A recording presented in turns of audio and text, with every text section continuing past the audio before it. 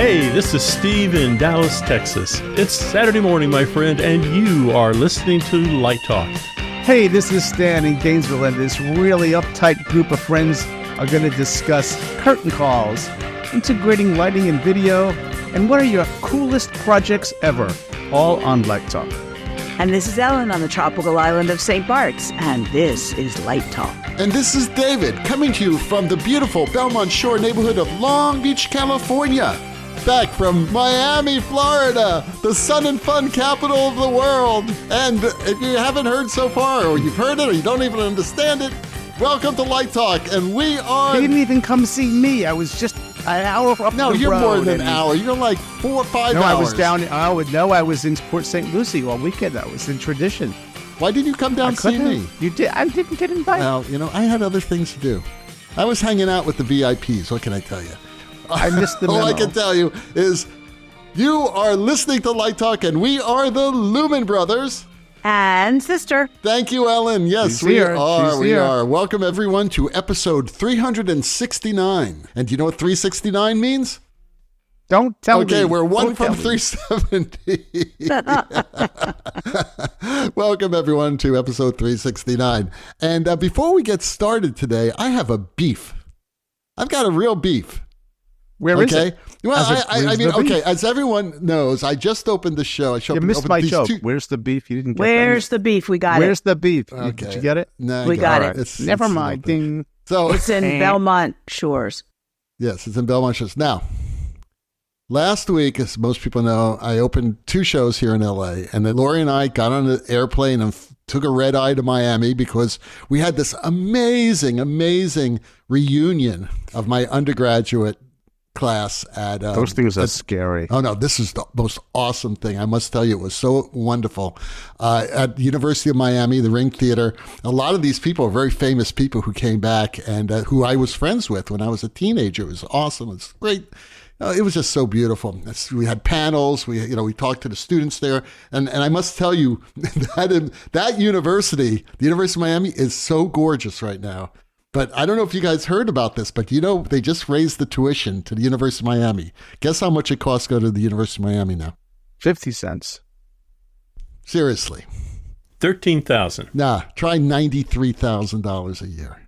No. A year. $93,000 a year. Because the administrators are just taking all I know, the money. because I know the professors, and they're driving crappy little cars, right? Some of them are walking to class. It's like crazy because there's no parking anymore. But that's a whole nother story.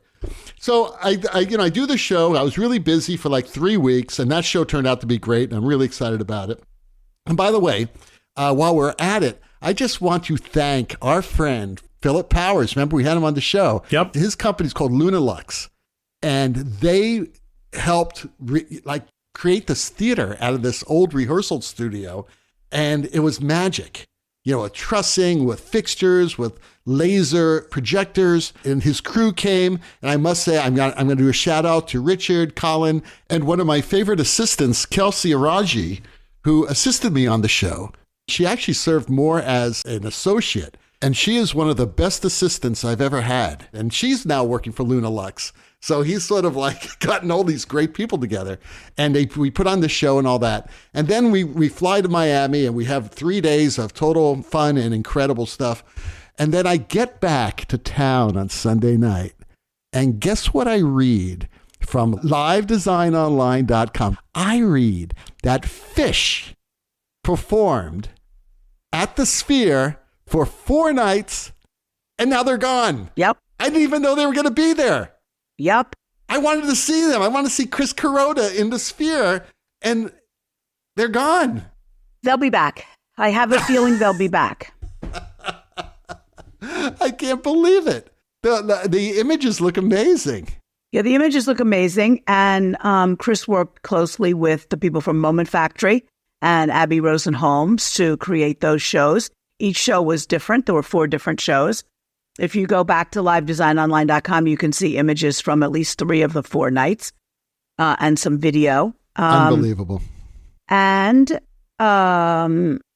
yesterday for Earth Day, the Sphere did an outside show, which had some really interesting art on it, which you can also see on Live Design. online.com, and a little announcement that opening on May 16th, Dead and Company is the next people in this sphere. So is it from the Grateful Dead? I mean, whoever's still alive? Well, it's what's left of them. Yeah, it's Dead and Company. I mean, right. Phish is so much better. And I think their show is called something like Forever Dead Live at Sphere or something. Okay. And there's 24 shows in May and June. That I'll pass. I'll pass on that. That you'll pass. But I'll tell you, I would have loved to have seen Phish. Well, Phish has a very long-standing relationship with Madison Square Garden. Mm-hmm. So I'd be surprised if they didn't go back. It looked awesome. And, we've been talking about this on the show for like 6 months, how excited we were because we heard rumors that Phish was going to be back.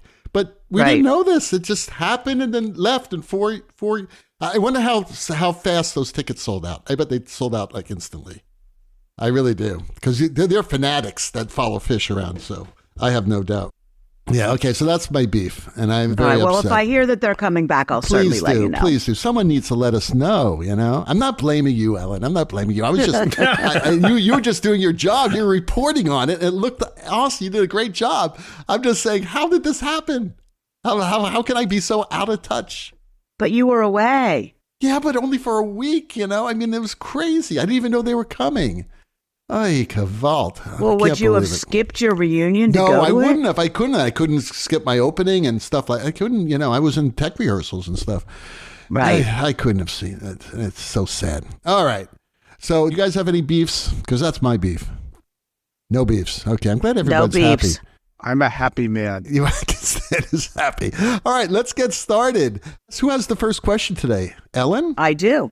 And Jean from Villanova asks, what is the best way to integrate lighting and video when there is a bright LED screen or immersive video on a production? That's a good question. I just did it. There you go. Now, I was the video designer too, so it was easier.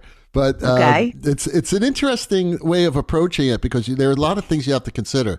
One is color palette. One is intensity. One is movement, believe it or not, because if you have something moving on the video screen right behind the actors or the singers, I guarantee that's going to take focus. And you could do that intentionally, which is fun. As a matter of fact, the shows I worked on, one of them was really bizarre. It was a show called The Juniper Tree. It's a Philip Glass piece. It's based on a Grimm's fairy tale story that's really dark. I mean, it's about a stepmother who kills her son, who murders her son, and then chops him up and cooks her son, and actually she was a stepmom, and had the natural father, eat it. This is an actual fairy tale, and then they bury the bones, and the kid comes back as a bird. It was wacky. It was just really crazy, but it's a beautiful piece. It really was musically. But we had all these incredible animations on behind the singers, and you got to be real careful that it's integrated as a whole. And yes, it's going to take focus, but you can't take too much focus. You know what I mean?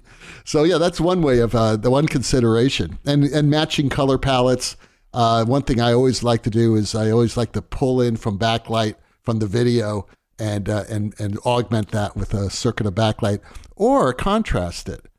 So we had some stuff where I had a very like reddish type of video going on, and I put a green backlight. And that really, pulled out the singers. Your video was front projected? Yeah, it was front projected. And you tried to intentionally keep it off the singers and actors? No, we wanted it on the singers and the actors. Right, okay. Yeah, it was part of it. They were all involved in it. And that's another consideration because you need enough side light to really pull these people out. And sometimes we wanted them to actually blend into the video screen, which happened several times in the show. Which was really cool. They blend right into the image. But other than that, you really need to, obviously you need to keep light off the screens, and that side light will really etch, and backlight will etch out the actor. And also carpet's very important, or at least a dark stage. How about you guys? Are you guys dealing with video? Nothing like that. That sounded really complex. Yeah, it was crazy. We had 2 projectors, but, Philip found all this equipment, and there were 2 Epson laser projectors and they were only about 30 feet away. We had 2 screens. The screens, one was like, was going stage left, stage right, and the other one was going on a diagonal stage left. And we were able to combo those screens, had a projector for each one. It was really cool. It really was. Richard, who was, our video editor, and programmer did an amazing job just incorporating all that stuff. So, Stan, you have a question, I believe. Yes, Stu in Texas asks, what could we do to drastically reduce the cost of moving lights? Hell, I think it's already happening, with a lot of manufacturing going on overseas and then people branding it. And I think the manufacturers kind of like, it's sort of like appliances. Like, there's one company, there's two companies here, an analogy. There's two companies in the world that make appliances, LunaLUX and Bosch, right? That's the truth. And they all sell them to Sears and Whirlpool and whoever, and they just pick what they want to put in them, and then they badge them and try and compete for pennies. So I don't know. Maybe we could, if we talk about it from an artistic perspective, maybe like what features, I'm curious to know what features are the most expensive, and then which features would you take out? Or if you say, okay, all this light does is pan, tilt, and zoom and color. Okay. But you would want to have, okay, here's an example. Like the Lone Star. I was looking at the Lone Star for some of my projects, and I went down to ETC and said, okay, turn it on. Let me see how people look. And people did not look good. So I just could not use it as a face light, right? Now, this weekend I was at ETC again for a different project, and they told me about a light that I didn't know existed, but apparently it's been around. Have you guys heard of the, it's called the Mini Star? Mm-hmm. Yeah, I've heard of it. I haven't used it, nor I've seen it. Well, I saw it on Thursday, last Friday, and it's cute, and it's small, and it's light, and it's pretty cheap. And we're not going to use it for what I was looking at it for, but, I think that's what they're trying to do is different. It's sort of like building a car. You build cars for a market. So if you want to, but maybe that's what's going to start to happen is you start to see less expensive lights for different markets. Poor high schools, rich high schools, poor colleges, rich colleges. You just make different feature sets for different marketplaces, I guess. Yeah, the University of Miami is building a new theater for a theater department, which is not bad. It'd be their first new theater in like 80 years. And I am not exaggerating. And I asked them, because it was like under construction. We did a hard hat tour. I asked the project manager, so what type of light, because they have a big black box, what type of lights? He says, well, I'm not too sure. And I said, well, it's a pretty big space. And are they all LED? He goes, yeah. I said, are they ETC? He goes, yeah. I said, this is controlled ETC? I said, yeah. I said, you'll be fine. As long as the pipes can go up and down, you'll be fine. It's for a school that owns that, that's now charging $93,000 a year. They better have top-notch equipment in there. But not everyone has that. And Stan, you deal all the time with budgets when you're designing schools, in Florida. And it depends on the venue. Today we got asked, we're doing this African American Arts and Culture Center. It's just a light plot, right? Very simple. And they said, well, we need an estimate. So I went, and we're using the most expensive fixture on the project is the new Solar Spot Studio, because it's a low ceiling, and a bunch of color source strips and a few Solar Pix washes. And I needed a number. It's only maybe like 30 lights in it, maybe like there's like a dozen movers and the strip lights. So I asked a colleague if they could just give me an order of magnitude budget with distribution. That's $250,000. Okay, so now that's relatively small. But it's all, so I don't know. It depends on the school and the school district. We just got a job today, in fact, in Alabama, a rigging system that went in, but it's not really moving lights. It's like, it went in, it's an early version of fly pipe that Huffington and Son did, and it doesn't work. ETC eventually bought that patent and redesigned it, and now it does work.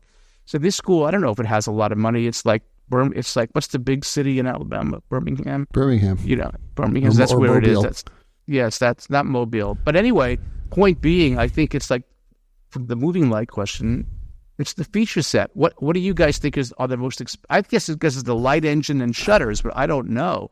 What are the most expensive elements in a moving light? Well, by light engine, do you mean the optics? No, I mean the light, the thing that creates the light. Yeah, the LED, right. The actual LED. The quality. Like the Mini Star and the Lone Star, I cannot use for face light because the children will look like they landed from Mars. I can't do it, right? The people right? But I can put the Lone Star as a backlight or a side light, so I do that in the rep plots, right? Right. But then, is it shutters? I don't know what. That's a great question. I don't know what the most expensive element or most expensive elements are. In the old days, it was shutters. I remember that, but that's that was decades ago. I don't know if they've gotten to a point now where they're actually. They seem to be the most complex, to tell you the truth. Logically, I get what you're saying. I'm thinking about related to hearing aids. I wear hearing aids. They used to be really crazy expensive because the R&D was still going on. They were maybe manufactured by hand. Now they make them like washing machines. They crank out hearing aids like they're a clothes dryer. But the prices still haven't come down. But they're starting to. And you can buy them over the counter. So with moving lights, when are moving lights going to become like eyeglasses or something else that's relatively does the job but isn't out of touch? But I think industries like to keep that gravy train going as long as they can. It's interesting, though, because even in the moving light business, the follow spot end of things, there's a huge range of prices, from quality issues. Like the Robert Juliet lights, which are sort of at the top of some of the, their categories, and then down to some of the least expensive, disco fixtures that people put in clubs or whatever. And what is it that creates that huge price differential? In a similar, it depends on the market. So the budgets in architecture. So we're doing projects that are being put together by an architect, not a theater. And so just the order of magnitude numbers, we're relatively small, even if we put good gear in compared to, the HVAC system or whatever it might be. So I think in theater, it generally doesn't have a lot of money. Look at rock and roll. Rock and roll is better funded. Where did the moving light come from? The rock and roll industry had the money. Right. So I think it's what is normal in that industry. Right. And I think, like the German opera houses and all, they go for the high end stuff. Sure. State-supported art, the whole other real aspect of it.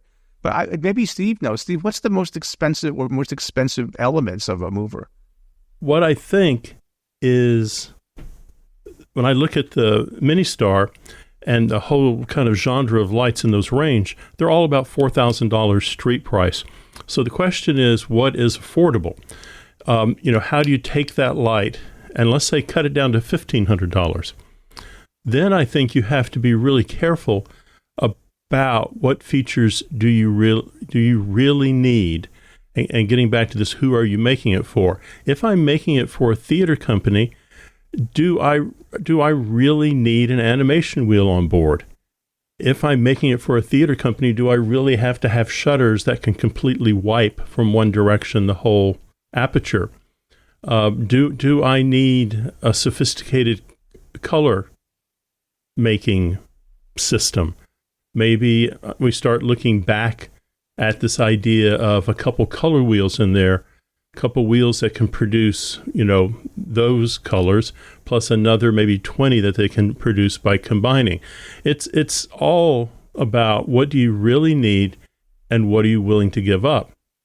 And if you're willing to give up smooth transition perhaps from color, then color wheels are your thing. Maybe you absolutely have to have a zoom on it, then maybe you get a zoom, but things are compartmentalized in there. ETC made that light years ago, the Revolution. I think you could fit bulkheads.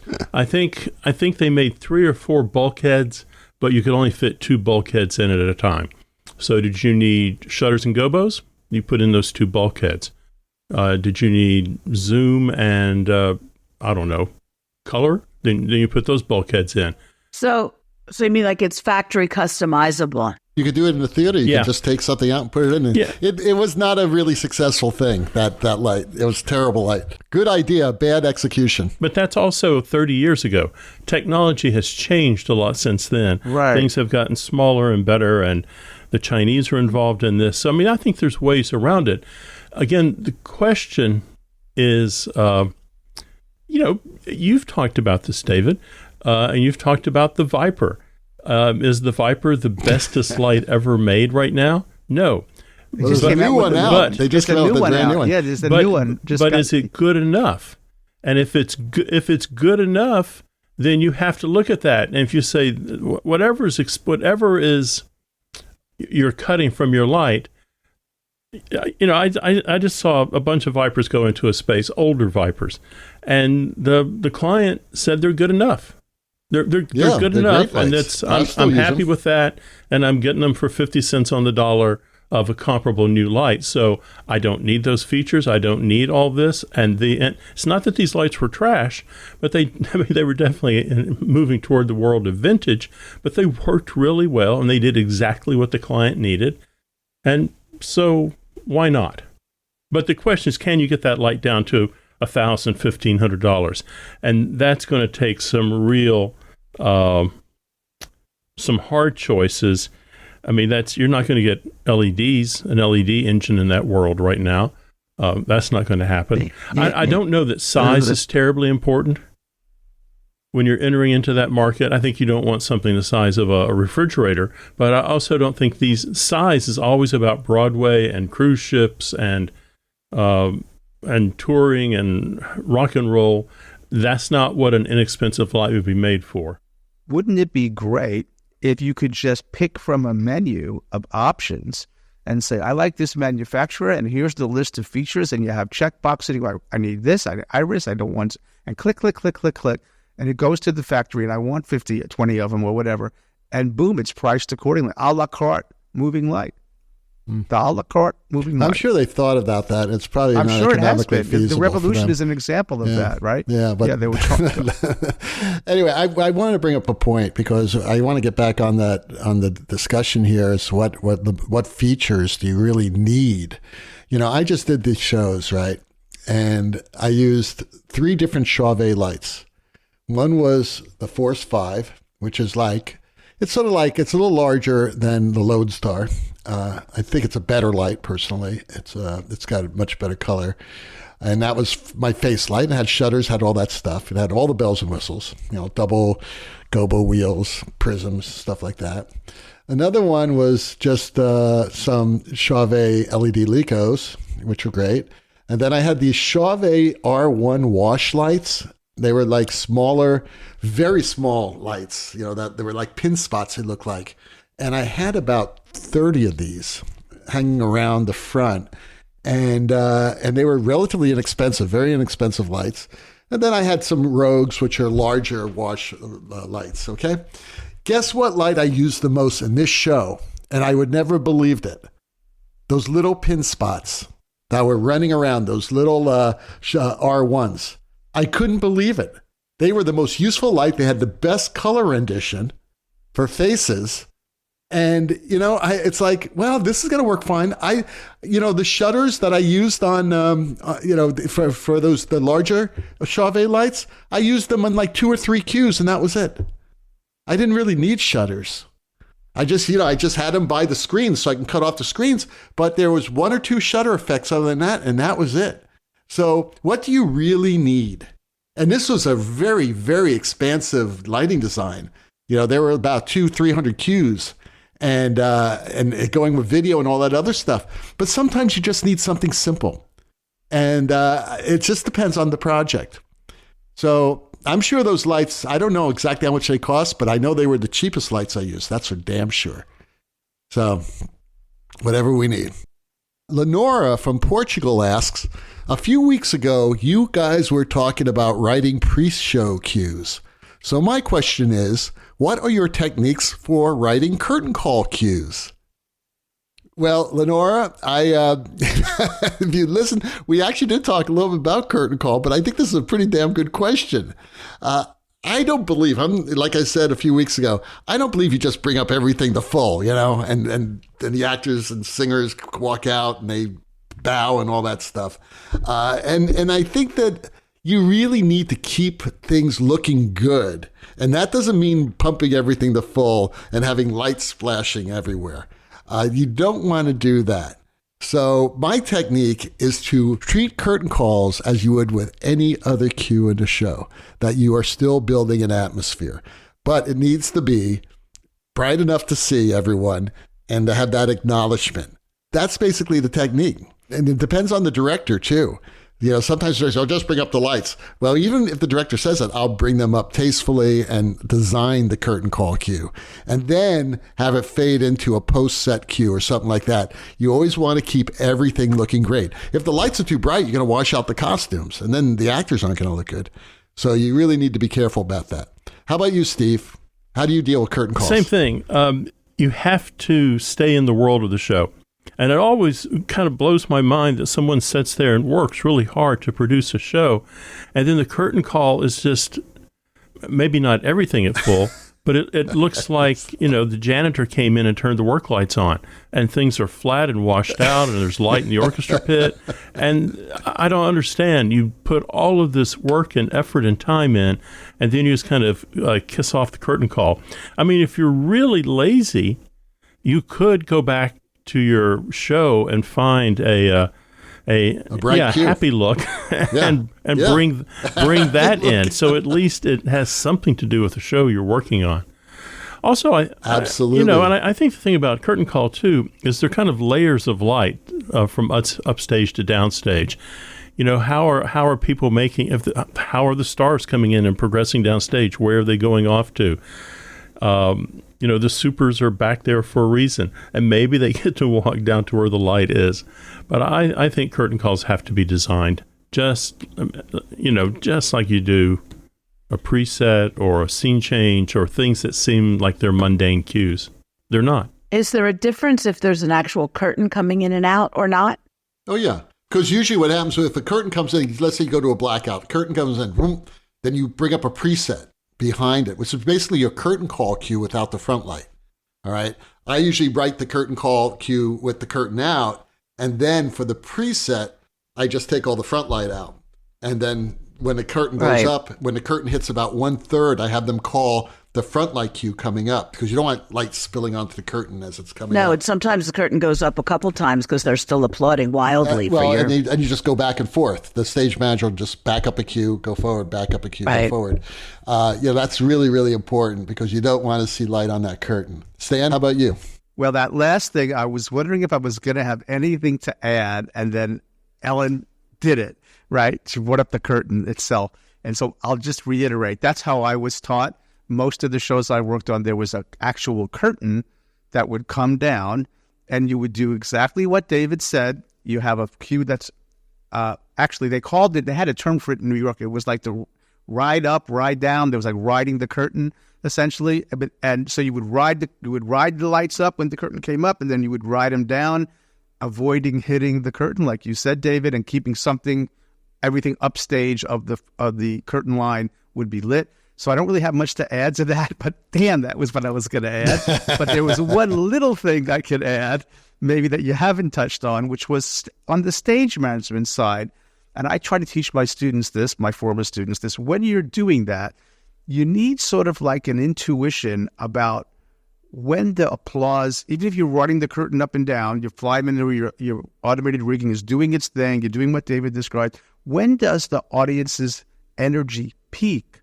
And I was taught by my stage management professor, Michael Turk, who was a Broadway guy, is you want to just never ask for another call or another ride up after the intensity of the applause has peaked. So you want to end it just before they peaked so that the audience leaves wanting and the actors feel like, man, they even had more love to give us. That was like, as opposed to you're letting it ride too long and the audience is like, it's dying down and they're ready to get out of their seats and walk. You don't want the actors with that feeling. So there's a little bit of like, what is the sweet spot of when you say that's enough? And usually it's the stage manager who makes that call because you're not there.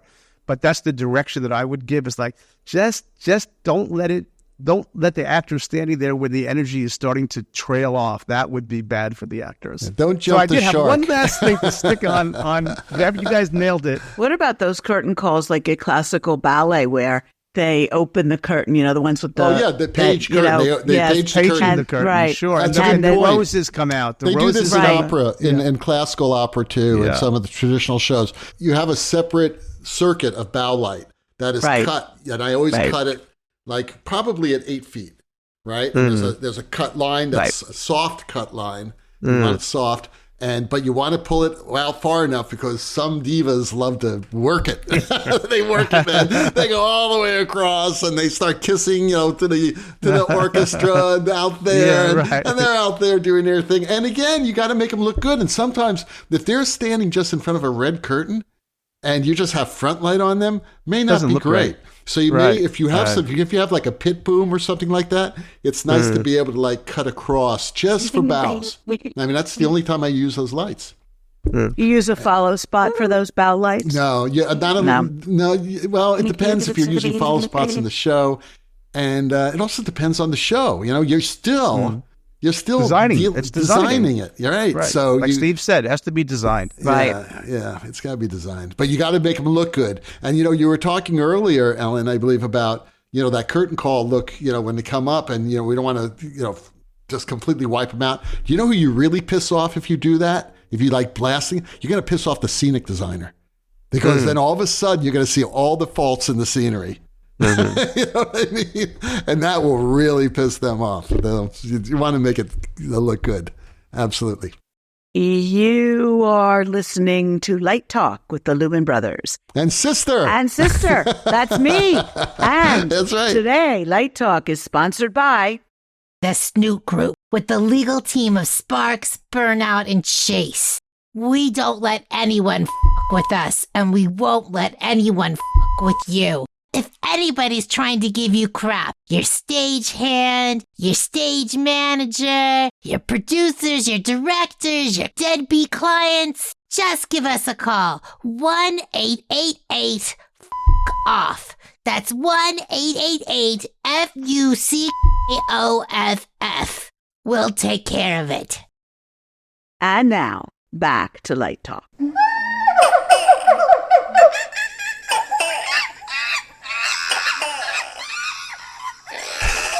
Well, the sounds of those iguanas, ducks, and monkeys bouncing around the coffee shop at Light Talk Central means that once again it's time for Let's Talk About.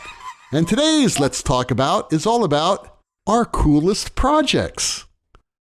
So Stan came up with this great idea about, we've done a lot of shows, hundreds and hundreds of shows. I'm afraid to even think about the number of shows, to tell you the truth. And at least one or two of them must have been pretty cool. So, Stan, what were your coolest projects? Since you came up with this idea, you probably have 7 or 8.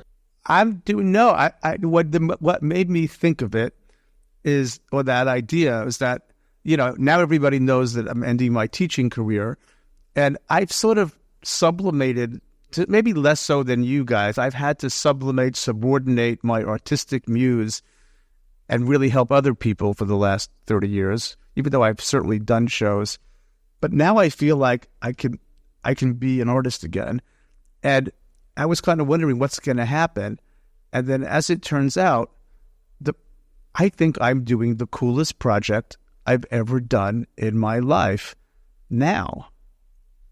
And literally, my Bon Voyage party is Friday, and on Saturday I'll be in an empty building that's going to be a church, my first church, working with 2 really creative people with this unbelievable thing that they've done. And I would say I've always dreamed about working with someone like James Turrell, which is never going to happen, of course. But this is as close as I'm going to get. It is amazingly cool. And I've sent you guys some images of it. Maybe I'll put some of it up on the Facebook page at some point as it develops, but I'm just blown away by this 120-foot wide diffusion material, comes from France, very expensive, and then a plywood wall with thousands of apertures, holes, with little blades of dichroic film bouncing light into these apertures, and I'm getting to provide the lighting and the cueing for this remarkable thing that I think some of it could be sitting in a gallery. It's really going to be a work of art, and so it's not a theater piece per se. There is no actors or directors or choreographers or producers involved, which is sort of refreshing in a way.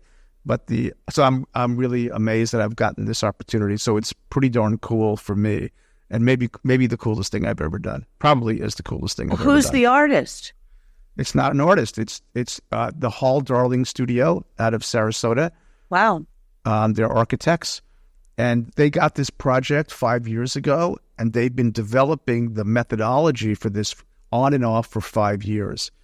And they had small little, in fine art, they call them maquettes. They're little like models. And in the last month, they built a maquette that is 9 feet tall, 5 feet wide, and about 9 feet deep, with one frame that sort of shows this, but it's hard to visual. And we did all this lighting work, and it's hard to visualize it on the scale of 120 feet. And I was like, we can't make it too busy. But everything we tried down at the ETC demo room all day last Friday, no matter what we did to it, it looked cool. Some things looked cooler than others. Some things, actually, we discovered that spots, that profile lights, showed up too many imperfections, like David was talking about earlier, but wash lights made the blend beautiful. And so I think, I sent pictures of this to my buddy at Smithsonian, to Scott Rosenfeld, and I said, what do you think of this? And he said, whoa. And he said, we need to show this to the curator at the Renwick. So I think the concept can be repeated. I think it's a work of art, and I actually think they ought to protect the methodology if they can. But it's just blowing me away, and I'm completely honored to have this. So it's helping me transition out of teaching and sort of back to being an artist again. Hopefully it'll bring more work like that, but I'm blown away. It looks great, Stan. I mean, I was giving you a hard time. I said, hey, if Heathkit was still around, then they'd be making this as a light organ. I think that'd be totally an awesome light organ when you think about it. Can you imagine if you had you were surrounded by that? Could it be busked, right? That's a great question. Yeah, you could busk it or have sensors, Let me add, sensors. They have a title for it. They call it dynamic stained glass. And the back part of it is in a volume of space. They call it an intermissile space that's got skylights, and it's all going to be painted white. So it's got a lot of daylight. It's integrated with daylight. And the programmer that I'm going to hire is a fellow named, it's Lumen Pixel Lab, and Robbie is the guy, I can't think of his last name at the moment. They're going to program it. And I said to him, is it possible to have this respond to weather? I think I talked about this on another show. So he said, yeah, because we're going to control it with Mosaic, not a theatrical. We have a theatrical controller for the theatrical lights in the space, but this will run on Mosaic, which is timeline based. And he said, Stan, we have a little module we can plug into Mosaic and link it to AccuWeather. And so you have real-time weather data, and then we'll determine what we want your theatrical equipment to do during different weather scenarios. It's really going to be, for me, maybe the most challenging and artistic thing I've ever done. Cool. And it's coming very late in my career. How about you, Steve? I was thinking about that. I think probably the most interesting was I was in Guatemala during the war down there. So that was 1960 to 1996. Near the end of the war, I was brought in to do a show. And, it was kind of weird because they said, we're trying to, reach out, and we're sharing information and arts with each of the sides. And so you're going to go to the rebel capital, and you're going to do this ballet. And I thought, well, I was kind of young and stupid, and I thought, well, this sounds interesting. So they stuck me in a Jeep, and I was driven to the rebel capital. The first thing that I found that was really interesting was the rebel capital wasn't very far away. It was 20, 25 miles, but you go through the jungle to get there. So I guess it's kind of hard to get there if they don't let you come. But I got there, and there was this little town in the middle of the jungle, and it was really antiquated. To me, it felt antiquated. Dirt streets, dirt plaza, right in the midst of some buildings around it, some houses, some businesses, grocery store, whatever. And they had put scaffolding up, and they had laid down really coarse boards, and they had put maybe a 30 by 20 stage, and they had put this dance floor on top of it. And I was there all day working, getting ready to do the performance that night. And all I could think of was, there's nobody here. It's just me and the crew. There's nobody here. It's like 12 people. And it got closer and closer to the show, and it's still, that small group of people. And then about half an hour before the show opened up, there were thousands of people. I mean, they came in from everywhere to see this performance. And when it was over, they kind of disappeared again, melted away back into different little towns or forests or whatever. But the best part of it was not lighting it. The best part of it was standing there and watching these 6 Daughters of Charity show up. The Daughters of Charity are a Catholic nuns. They're based out of San Juan, Puerto Rico, and everyone knows them when they see them.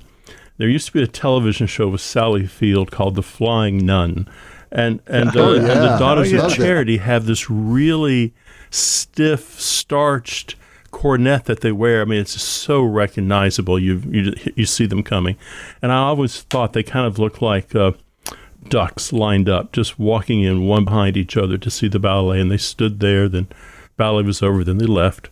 So I think that's kind of the coolest thing I've ever done, is to see, no matter how bad things are, people really want art, and just a break from things that aren't going so well. So, being in Guatemala during the conflict, I think, was interesting.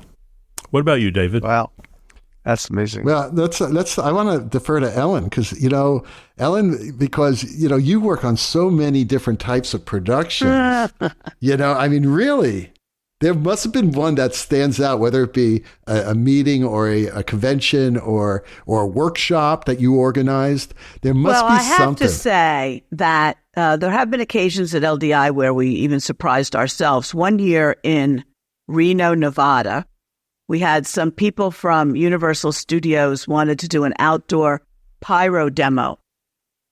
And they shipped all this pyro stuff from Universal in Florida out to Reno, and we got a used set of like a cowboy deserted town, with swinging saloon doors, whatever. Love it. And the school was going to burn it, or what theater was going to burn it. And so they donated it to us.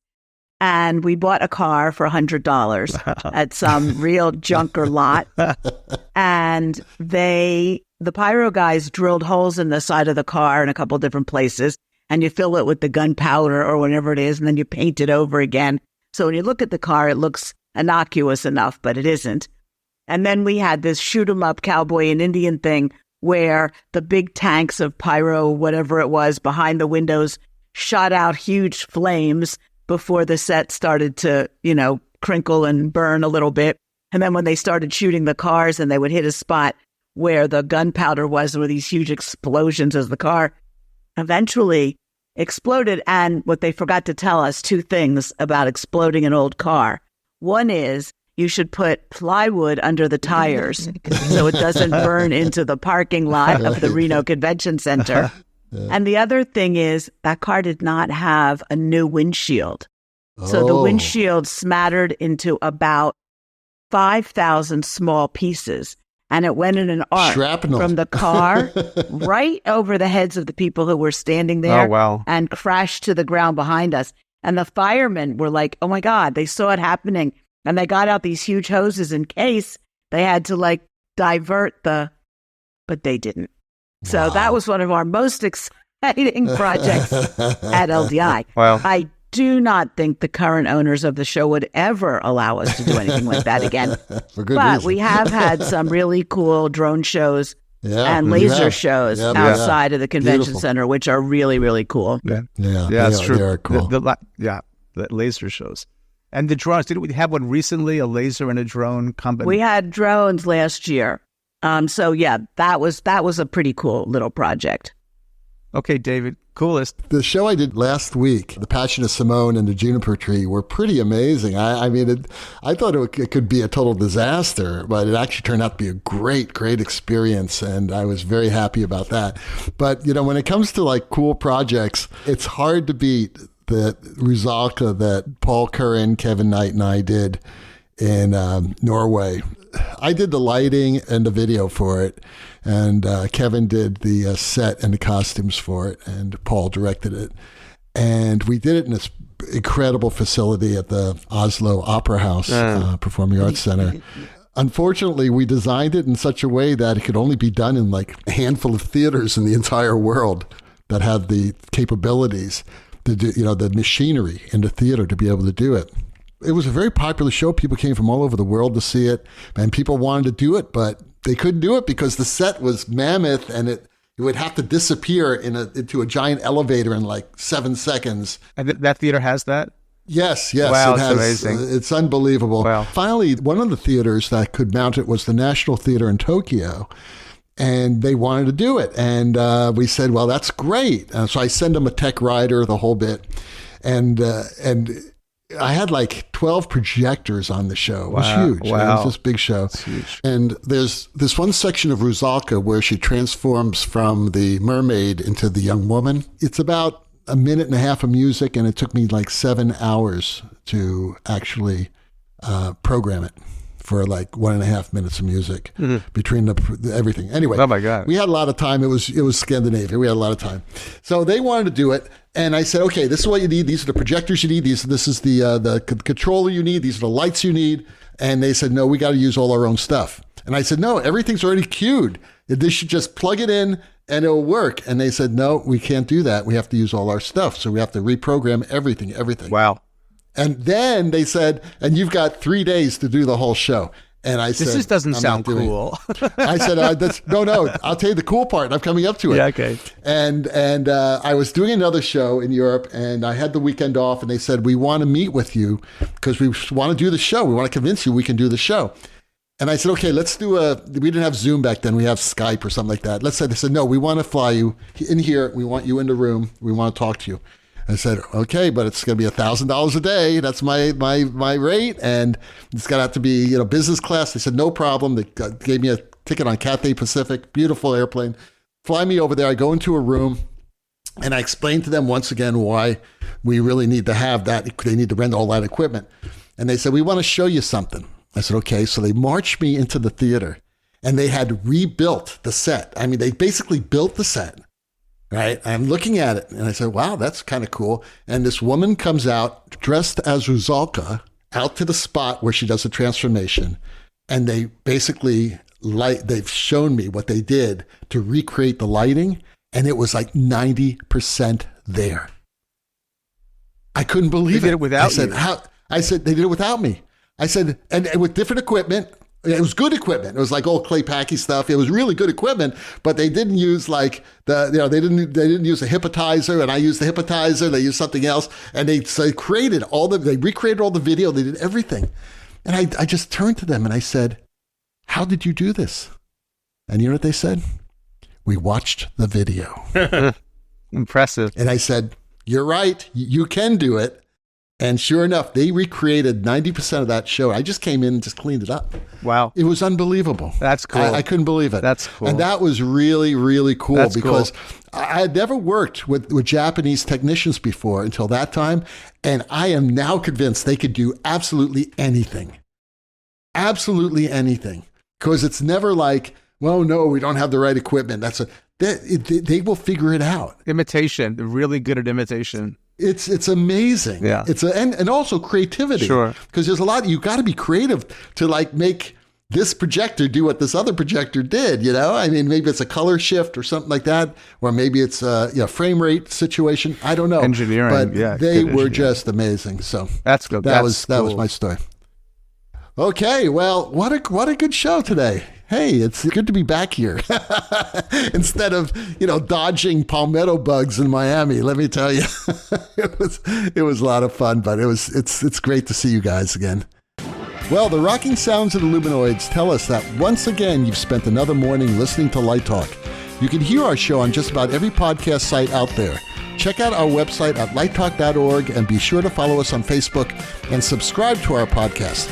That way you will not miss a second of Light Talk Insanity. No guarantee is offered regarding the accuracy of any statements or opinions made on this podcast. However, if you do decide to litigate, the Snoot Group with the legal team of Sparks, Burnout, and Chase will defend us until our retirement funds are depleted. Light Talk is written and produced by the Lumen Brothers and Sister, coming to you from St. Bart's, Gainesville, Long Beach, and the Lone Star State.